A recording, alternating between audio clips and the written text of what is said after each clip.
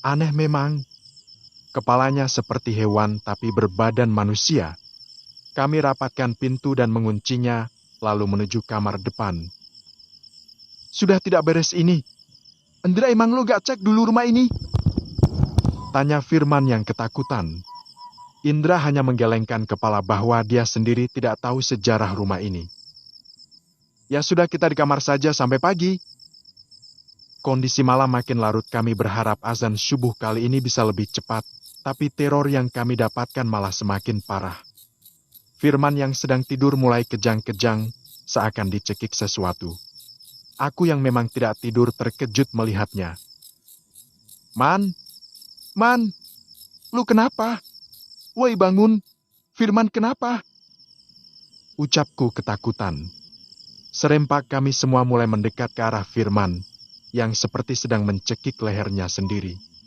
Kami tarik sekuat tenaga lengan Firman itu, tapi kekuatan kami berempat seakan tidak mampu menariknya. Ya Allah, tolong bantu kami. Doaku dalam hati, meminta perlindungan dari Yang Sang Maha Kuasa.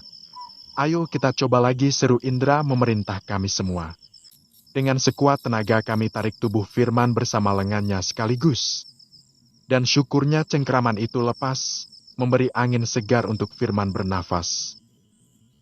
Ayo kita keluar sekarang, sudah gila ini. Indra berdiri sambil menarik kami untuk keluar. Belum juga Indra berjalan keluar kamar, tiba-tiba dia berbicara sendiri. Siapa kalian? Kalian ini siapa? Pertanyaan Indra itu membuat kami bingung. Lu ngomong sama siapa, India? Jangan begitu, woi. Teriak Ridwan yang dari tadi tak banyak bicara. Coba usap wajahnya terus bacakan doa mintaku kepada Ridwan. Setelah diusap, Indra malah tidak bisa bicara sama sekali. Matanya terus melotot ke arah luar kamar yang hanya ada kegelapan di sana. Astagfirullah, ucapku. Nampak ruang tengah kini ramai dengan makhluk yang aneh dan menyeramkan. Jadi ini yang membuat Indra tidak bisa bicara. Sosok itu mungkin ada 7 bahkan lebih. Bentuknya aneh persis seperti hewan yang tadi mencakar tembok luar. Bahkan ada juga yang badannya tidak utuh. Darah segar terlihat masih mengalir dari tubuh mereka. Aneh. Siapa mereka dan apa maksud mereka meneror kami? Siapa kalian? Tiba-tiba Firman mengeluarkan pertanyaan dengan suara yang berbeda. Kami penghuni baru. Jawab spontan Indra. Hahaha. Sosok di tubuh Firman hanya tertawa mendengar jawaban Indra. Kami semua bingung harus apa. Di satu sisi makhluk di depan kami mulai bermunculan lebih banyak dengan mata merah darah dan taring yang panjang. Di sisi lain Firman malah kesurupan. Gimana ini? Tanya Indra kepadaku. Hamanaku tahu, jawabku. Di sini kami memutuskan untuk berdoa sebisa kami. Tapi, lagi-lagi sosok itu hanya tertawa hingga membuat kami ketakutan.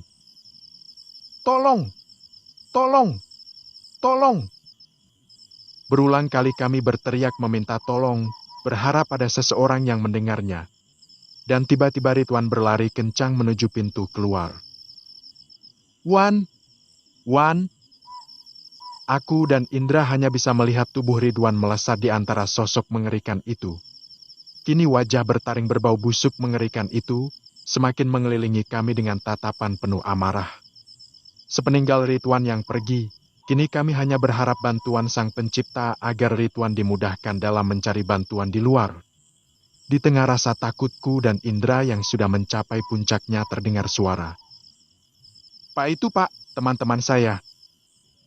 Terdengar teriakan Ridwan di depan rumah.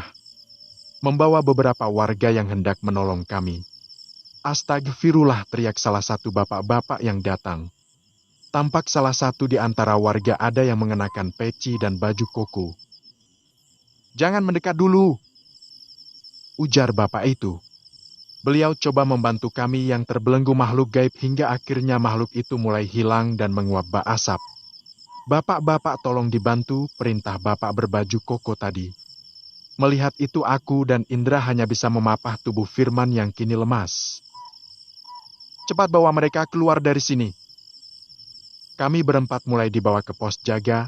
Di sana kami diminta minum untuk menenangkan diri. Sementara bapak yang tadi membantu kami tetap merapalkan doa tanpa henti. Dek, kalian malam ini tidur di rumah saya. Nanti kita jalan kalau kalian sudah enakan. Ajak bapak itu kepada kami. Baik Pak, jawab Indra. Maaf, dengan bapak siapa ini? Nama saya Indra. Saya Rahmat, Dek. Oh ya, besok tolong Pak Yanto diberitahu untuk ke rumah saya. Ucap Pak Rahmat kepada warga. Singkat cerita, kami berempat akhirnya tiba di rumah Pak Rahmat. Di sana kami diminta istirahat setelah sebelumnya ditanya tentang riwayat rumah yang kami sewa itu. Sementara itu, kami hanya menggelengkan kepala tanda ketidaktahuan tentang sejarah rumah itu. Keesokan harinya, kami dibangunkan Pak Rahmat karena Pak Yanto sudah datang dan beliau ditemani Ketua RT. Pak Yanto, apa Bapak tidak menceritakan tentang rumah itu kepada mereka? Tanya Pak RT kepada Pak Yanto. Belum Pak, jawab Pak Yanto gugup. Kalian sendiri sudah tahu sejarah rumah itu? Tanya Pak RT kepada kami. Tidak Pak, Indra menjawab. Memang ada apa sebenarnya Pak? Tanya Indra kembali. Jujur beberapa hari ini kami diteror Pak, tapi malam tadi yang paling parah. Terang Indra. Pak Yanto yang mau menjelaskan atau saya, tanya Pak RT. Bapak saja, jawab Pak Yanto sambil tertunduk malu. Jadi begini dek, rumah yang adek sewa itu, dulunya milik Pak Sugeng, kakak kandung dari Pak Yanto. Pak Sugeng hidup di rumah itu bersama keluarganya. Singkat cerita, Pak Sugeng melakukan pesugihan, yang mana beliau memuja iblis hingga akhirnya menumbalkan anak dan istrinya sendiri. Sampai suatu ketika Pak Sugeng tidak dapat menumbalkan siapapun dan gantinya beliaulah yang menjadi tumbal terakhir dari ritual pesugihan yang dia lakukan. Dan foto beliau bersama keluarga tepat terpajang di ruang tamu rumah itu. Sekarang apa adik masih mau tinggal di rumah itu lagi? Tanya Pak RT. Tanpa pikir panjang kami menjawab tidak. Baiklah Bapak, paham dengan kalian. Jadi Pak Yanto, kami mohon dengan sangat agar Bapak dapat mengembalikan uang sewa mereka.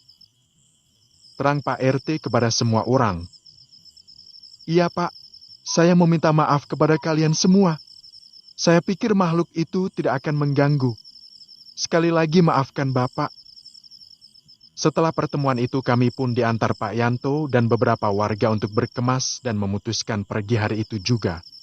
Entah apa yang terjadi dengan rumah bekas pesugihan itu setelah kejadian yang kami alami. Namun ada informasi yang beredar bahwa rumah itu akan dijadikan klinik pengobatan alternatif.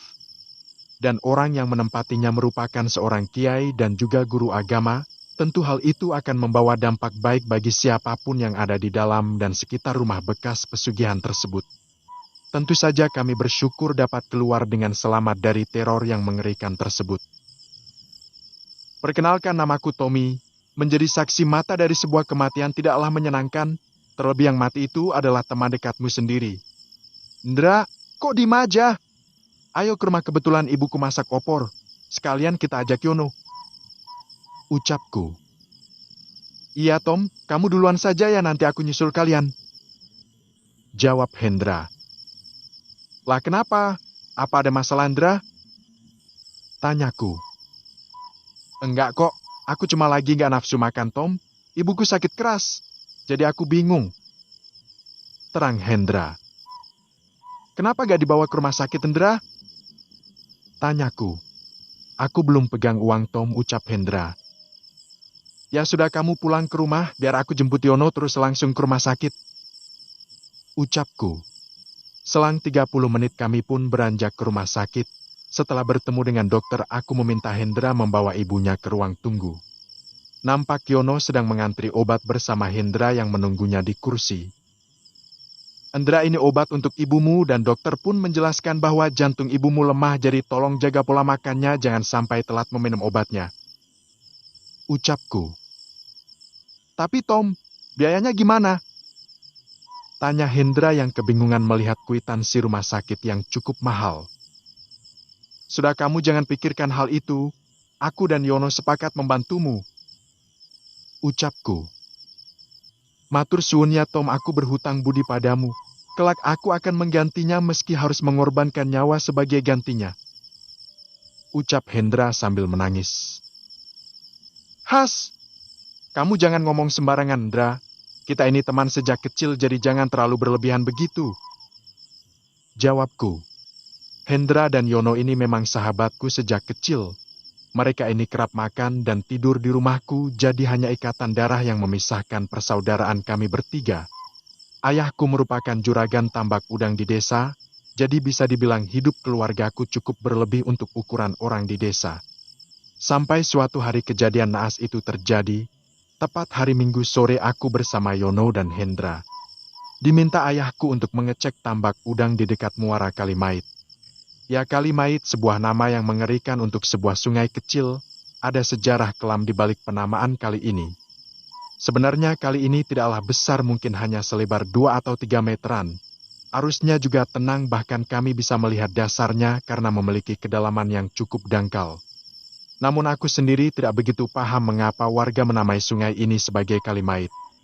Karena selain jernih, kali ini cukup indah di sore hari dengan pemandangan sunset di ujung samudra. Nah, rencananya setelah melihat tambak udang kami bertiga ingin berenang di sana, ya hitung-hitung menunggu sore. Tom, kita naik apa ke tambak? Tanya Hendra. Kita bawa mobil aja yuk, toh ayahku ini yang nyuruh. Jawabku. Sip lah, aku juga bawa pisang goreng nih, nanti sekalian kita bikin kopi di dekat muara. Ucap Hendra yang sudah aku anggap sebagai kakak sendiri. Setibanya di tambak, seperti biasa kami hanya bermain di sana, tak jelas apa yang kami lakukan, sambil menunggu dokumen yang bapakku pinta. MBA Ratna, selaku bagian keuangan, akhirnya memberikan laporan mingguan dan itu tandanya kami sekarang bebas melakukan apapun. Yan, Hendra, ayo kita ke muara. Ajakku kepada mereka. Kala itu jam menunjukkan pukul 3 sore dan cuaca juga cukup cerah. Dengan sedikit berlari kami mulai ke belakang tambak. Jadi di belakang tambak ayahku ada sebuah kolam alami yang bentuknya mirip seperti kolam berenang. Terus ada banyak pohon yang bikin suasana makin adem. Wah, cocok ini, ayo kita gelar sekarang, Yono dengan sigap mengelar tikar. Aku dan Hendra mencari ranting kering untuk memasak kopi. Hingga 20 menit berlalu kami bertiga duduk menikmati kopi pahit bersama pisang goreng sambil melihat ke arah Kalimait. Abis ngopi berenang kayaknya enak nih, sautku mengajak kedua temanku untuk turun ke air. Wah, apa nggak kesorean Tom? Tanya Hendra. Ya sebentar saja Hendra, gimana Yan, mau tidak? Jawabku. Yuk, Kera juga dari tadi diem aja di tambak. Ucap Yono. Dengan cepat aku membuka baju dan langsung menceburkan diri ke dalam kali. Wah sigo ya, enak kalau tiap hari begini ngopi ngudut main, sempurna betul hidup kita ya. Celetuk Yono. Tom, jangan terlalu tengah, teriak Hendra. Mengingatkanku untuk selalu waspada. Sampai akhirnya sebatang kayu terlihat mendekat ke arah kami bertiga. Awalnya aku melihat itu hanyalah potongan kayu seukuran 1 meter. Namun tanpa kami sadari ada sesuatu di bawahnya. Ketika batang kayu itu melintas memisahkan aku dengan kedua temanku yang lain, tiba-tiba kakiku terasa kram. Aneh memang mengapa bisa kram. Aku coba tenang dan mulai mendekati Yono. Tapi aku bergerak sangat lambat hingga mulai terbawa arus. Tom, kamu kenapa? Tanya Hendra. Hendra, kakiku kram. Ucapku. Sebentar, ucap Hendra yang mulai mendekat. Tapi ketika aku kayuh kaki ini, ada beban yang begitu berat sampai tiba-tiba aku tertarik ke dalam air. Kejadiannya begitu cepat bahkan aku tak sempat mengambil nafas. Aku coba melihat ke bawah, takut ada hewan atau batang kayu lain yang tersangkut. Tapi tak nampak apapun di bawah kakiku. Aku coba menggapai permukaan air, tapi tubuh ini terus tertarik ke bawah. Dan mulai terasa dingin di antara pergelangan kaki. Ya Allah, apa ini? Di sini aku mulai takut dan coba menggapai apapun yang bisa aku pegang. Terlihat bayangan hitam mendekat diikuti pandanganku yang mulai buram dan menghitam.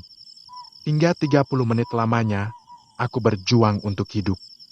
Ya, aku mulai tersadar dengan kondisi lemah dan tenggorokanku terasa panas, diikuti rasa kembung di perut. Nampak semua karyawan ayahku kini sudah mengerumuni kami. "Eden gak apa-apa?" tanya Pak Ratno kepadaku. Aku hanya terdiam melihat apa yang sebenarnya terjadi. "Kenapa ada banyak orang? Kemana Hendra dan Yono?" tanyaku. Setelah aku coba duduk dan bicara, aku hanya melihat Yono yang masih melihat ke sana kemari seperti mencari sesuatu. "Yan, Hendra mana? Hendra kemana?" teriakku memanggil Yono. Dia mulai mendekat dengan langkah yang gontai. Yono pun tertunduk lemah, mulutnya membiru dan mulai menangis. Yono tidak mengatakan apapun, dia hanya duduk dengan tubuh gemetar di sampingku. "Yan, tolong jawab. Hendra kemana?" tanyaku lagi. "Hendra tenggelam, Den. Lebih baik kita kembali ke rumah biar anak-anak tambak dan nelayan yang melanjutkan pencarian. Eden harus kami rawat lebih lanjut," ucap Pak Ratno kepadaku dan Yono. Di sini aku tak berdaya menolak ajakan Pak Ratno. Beliau adalah kepala keamanan di tambak milik ayahku. Ditambah kondisi aku yang tidak memungkinkan, jangankan untuk membantu mencari Hendra. Sekedar untuk berdiri saja aku tak sanggup. Setelah kami dibawa ke klinik, ayahku tiba bersama ibu.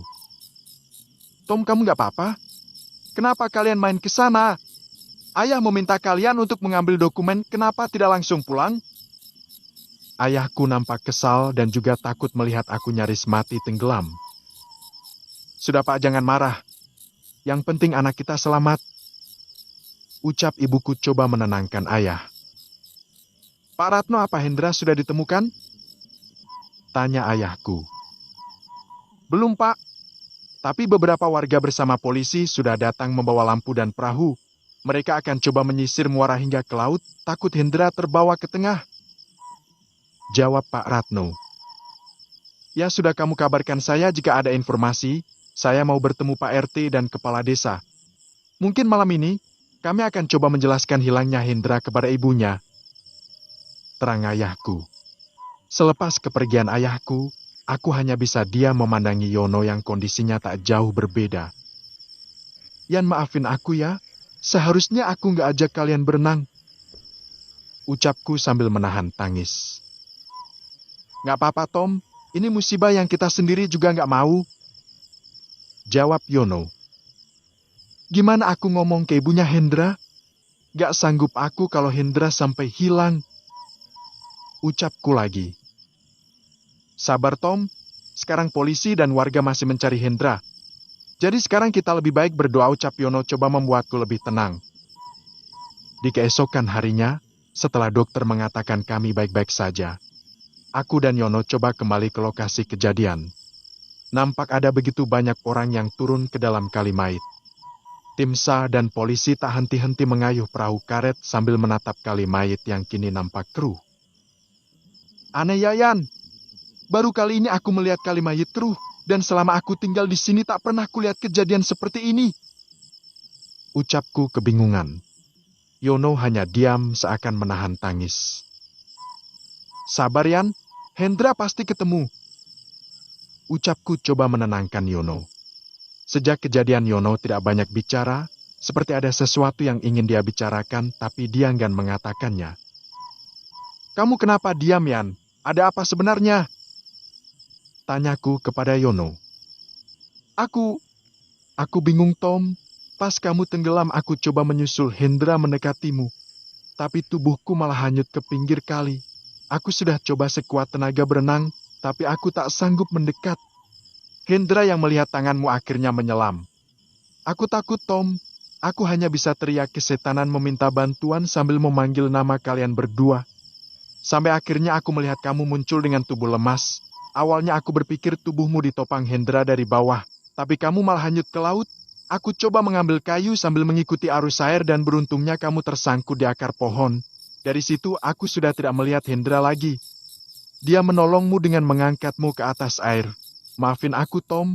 Aku nggak bisa nolong Hendra," ucap Yono yang menceritakan kronologi ketika aku tenggelam. Tangis kami berdua pecah seketika itu juga. meninggalkan penyesalan di antara kami. Hingga 3 hari pencarian Hendra tetap tidak ditemukan, bahkan tidak ada tanda apapun dari dirinya. Tim SAR dan warga nampak bingung kenapa kali dengan aliran yang tidak terlalu deras ini bisa cepat menenggelamkan seseorang. Bahkan semenjak kejadian Kalimait menjadi sangat keruh, padahal di hilir tidak turun hujan.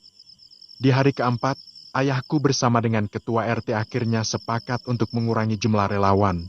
Mereka membentuk tim kecil yang fokus di titik perkiraan Hendra berada. Di sini atas perintah ayahku, Pak Ratno selalu menemani aku dan Yono. Takut kami membuat hal gila karena merasa bersalah. Pak Ratno, apa Kalimait selalu begini? Tanyaku sekenanya. Tidak selalu, selain ada yang memintanya, Den. Ucap Pak Ratno. Maksudnya, Pak? Tanyaku kebingungan. Dan lebih baik pulang karena hari sudah mulai sore, jawab Pak Ratno seperti menutupi sesuatu. Tapi maksud Bapak tadi apa?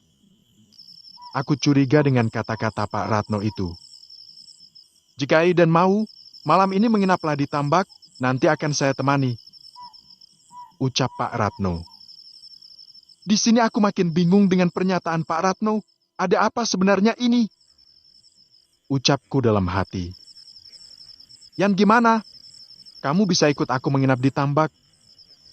Pintaku pada Yono. Aku mau, tapi aku takut, Tom. Jawab Yono. Ya, ini demi teman kita, Hindra. Pintaku dengan sedikit memaksa agar Yono mau menemaniku. Baiklah, tapi kamu kabarkan orang tuaku kalau aku nginep di rumahmu ya. Oke, gampang itu. Di sini aku berpamitan dengan ayahku untuk pulang, agar beliau tidak melarang kami menginap di tambak. Setelah azan Isya, aku dan Yono kembali menuju tambak yang sekarang suasananya jauh berbeda. Jujur aku tak pernah datang ke tambak ketika malam. Suasana hiruk-pikuk dengan karyawan kini berubah menjadi mencekam. Hanya ada sedikit lampu remang-remang dan beberapa penjaga. Pak Ratno, saya sudah di sini, sapaku kepada Pak Ratno. Bapak Ratno ini sudah menjaga tambak sejak ayahku merintis usaha ini, jadi beliau sudah paham betul dengan kondisi tambak. Eden, saya harap Eden kuat ya, karena kini kita sudah tidak bertiga lagi. Ucap Pak Ratno. Di sini aku saling tatap dengan Yono yang kami tahu hanya ada aku, Yono dan Pak Ratno. Sebelumnya saya minta maaf jika lancang, Den, tapi semenjak kejadian kemarin penjaga malam di tambak sering dihantui suara tangis seseorang di sudut ruang kantor. Suaranya seperti orang yang menggigil dan ketakutan. Saya paham mungkin itu jin yang menyerupai Hendra, makanya ketika Aidan bertanya tadi sore, saya mengajak Aidan untuk menginap. Terang Pak Ratno. Suara itu akan muncul sebelum tengah malam. Sekarang Aidan di sini sama saya ya. Kembali Pak Ratno berkata, di sini kami bertiga hanya menunggu. Sampai akhirnya suara yang dikatakan Pak Ratno mulai terdengar. Suara itu muncul dari arah Kalimait, seperti ada riak di tengah kali. Suara apa itu, Pak? Tanyaku. Aidan tenang, itu sudah biasa. Jawab Pak Ratno. Tak lama mulai terdengar suara tangis dan tetesan air dari dalam kantor. Di sini tanpa aba-aba Pak Ratno menarik aku dan Yono untuk melihatnya. Aidan dengarkan, tanya Pak Ratno. Iya Pak, saya dengar. Suaranya seperti menjauh Pak. Jawabku. Kami bertiga mulai berjalan masuk, namun hanya ada genangan air di dalam kantor. Dalam keheningan tiba-tiba. Pak, itu siapa? Teriak Yono menunjuk ke salah satu sudut kantor. Hendra! Teriakku. Di sini sosok itu berkata dengan lirih. Tom, tolong aku. Aku kedinginan, Tom. Tolong lepaskan aku. Kasihan ibuku di rumah sendirian. Ucap sosok itu memelas belas kasihan. Gimana caranya aku bisa menolong Mundra? Tanyaku. Pinta pada ayahmu. Bentak sosok itu. Kini suara tangis itu berubah menjadi bentakan kasar dari sosok Hendra yang tiba-tiba ikut menghilang. Di sini aku bertambah bingung apa maksud dari kata-kata Hendra tadi. Gimana ini Pak Ratno? Tanyaku. Jadi ini yang mau saya katakan pada Aiden, tapi saya takut lancang jika harus mengatakannya sendiri. Sosok itu sejak kemarin merintih ketakutan dan saya coba tanyakan seperti halnya Aiden tadi dan jawabannya sama. Saya diminta agar Tuan Karto mau melepaskannya. Terang Pak Ratno. Lalu sekarang kita harus bagaimana, Pak? Tanyaku. Kalau begini besok kita ke Simbah Ratmi saja dan jawab Pak Ratno. Simbah Ratmi adalah orang lama yang sudah puluhan tahun menjaga hilir Kalimait. Keesokan harinya, kami bertiga datang mengunjungi Mbah Ratmi. Assalamualaikum Mbah, nyuwun sewu. Ucap Pak Ratno di depan rumah Mbah Ratmi. Melebu nomor jawab Mbah Ratmi dari dalam rumah. Meski sudah lama menjadi pegawai tambak, Pak Ratno memang jarang bersinggungan dengan Mbah Ratmi. Pak Ratno terkejut karena Mbah Ratmi dapat mengenali Pak Ratno hanya dengan suaranya. Di dalam Pak Ratno menjelaskan kejadian hilangnya Hendra. Namun Mbah Ratmi hanya menatapku dingin. Kamu putra Karto kan? Tanya Mbah Ratmi. Betul Mbah, saya Tommy anak dari Pak Karto. Jawabku. Nomor anakmu Hendra sudah mati. Saat ini mayatnya ditahan penghuni Kalimait. Terang si Mbah Ratmi. Mereka itu siluman buaya dan bapakmu Karto pasti tahu siapa mereka Tom, ujar Mbah Ratmi. Maksud si Mbah? Tanyaku kebingungan. Dulu waktu Mbah masih muda, para pejuang dan warga sini banyak mati karena berperang. Dan banyak korban yang berjatuhan lalu pihak Belanda membuang jasad mereka ke dalam Kalimait. Dan karena mayit-mayit itu dibuang ke sana membuat siluman buaya senang. Namun setelah kemerdekaan, tidak ada lagi orang mati di kali ini, hingga akhirnya para siluman itu menjadi haus akan darah. Mereka dengan cara apapun meminta ritual tumbal ini tetap berlanjut, termasuk menjanjikan kekayaan. Ucap Mbah Ratmi. Nomor, jika kamu ingin melihat mayat anak itu, Mbah bisa membantu. Terang si Mbah Ratmi. Mbah, lebih baik jika almarhum segera dikebumikan Mbah. Ucap Pak Ratno. Simbah Ratmi akhirnya membawa kami bertiga ke belakang rumahnya. Beliau membawa nampan berisi bantal guling dan lauk pauk. Lalu perlahan bibirnya menyanyikan sebuah kidung berisi rayuan untuk penghuni Kalimait. Sampai akhirnya 10 menit berlalu dan suara tangis semalam kembali terdengar, suara yang sama ketika kami melihat Hendra. Ketika nampan yang dibawa Simbah mulai dihanyutkan dan terlihat mulai berputar-putar. Lalu muncul gelembung kecil yang membalik nampan ke dalam kali. Namun anehnya nampan itu kembali seperti semula tapi semua isinya sudah menghilang. Wes enteni wes sesuk Hendra balik ucap Mbah Ratmi kepada kami. Nomor, jaga anak ini dan jangan biarkan dia pulang. Karena yang seharusnya mati adalah dia, bukan Hendra. Dan atas perjanjian yang tidak terpenuhi, maka malam ini mereka akan mengambil apa yang sudah dijanjikan. Terang Mbah Ratmi membuatku ketakutan. Baik Mbah, biar aku menjaga anak ini di sini. Ucap Pak Ratno. Aku yang kurang paham dengan maksud Simbah hanya coba menuruti beliau. Sampai akhirnya pagi pun tiba dan setelah kami pamit pulang kepada Simbah Ratmi. Nampak perahu dari laut berjalan sangat kasar di atas air. Mereka nampak terburu-buru. Ono opo Pak, tanya Pak Ratno. Iki Pak, Hendra. Saya temukan mengambang di dekat muara. Ucap nelayan itu. Alhamdulillah ucap kami bersamaan, karena tahu teman kami sudah ditemukan. Dan tidak butuh lama, polisi dan warga datang membantu. Mereka bergotong royong membawa jasad Hendra yang mulai membiru. Di tempat lain tersiar kabar buruk. Tom, tadi orang tambak meminta kamu untuk pulang. Ayahmu meninggal dunia, Tom. Ucap salah satu karyawan tambak. Di sini aku terdiam, aku mencerna setiap kejadian yang terjadi. Jadi benar semua kejadian ini adalah ulah ayahku yang ingin menumbalkanku. Pak Ratno, saya mau urus jenazah ayah dulu. Bapak tolong bantu mengurusi jenazah Hendra. Pintaku kepada Pak Ratno. Baik, Den. Aiden, hati-hati ya. Ucap Pak Ratno. Selang beberapa hari aku menceritakan semuanya kepada ibu, bahwa ini ada kaitannya dengan ritual pesugihan ayah. Ibu hanya menangis karena ada fakta mengerikan di balik sosok ayahku. Jadi nak kerabat ayahmu banyak yang mati dengan rentang waktu yang sama setiap tahunnya dan itu mati dengan cara yang tidak wajar. Di sini ibu tak percaya bahwa ayahmu tega menumbalkanmu juga hanya untuk kekayaan semata, ucap ibuku sambil menangis. Akhirnya apa yang kami miliki ikut sirna dengan kematian ayah. Tapi aku sadar bahwa itu hanyalah titipan semata sehingga aku lebih memilih untuk banyak beribadah sebagai ganti atas kesalahan orang tuaku. Semoga perjalananku bisa menjadi pelajaran untuk kita semua. Amin ya rabbal alamin.